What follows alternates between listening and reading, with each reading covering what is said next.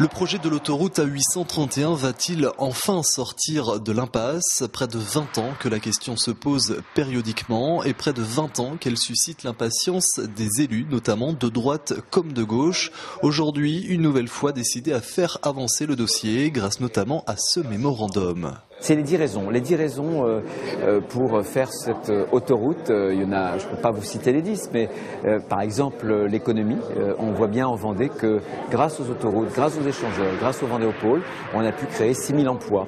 Il y a aussi une question de sécurité.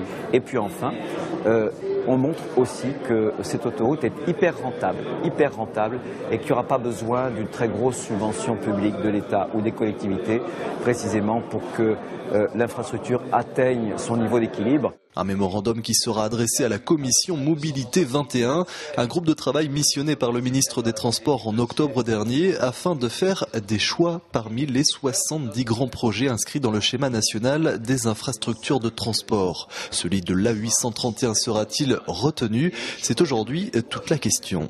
Ce mémorandum va s'adresser vraiment à l'intelligence, il va donner des raisons avec des arguments très forts et j'attends que la Commission prenne en compte nos arguments et je ne me fais pas de doute que si elle lit les 10 arguments, je pense qu'elle sera convaincue de la nécessité de l'autoroute.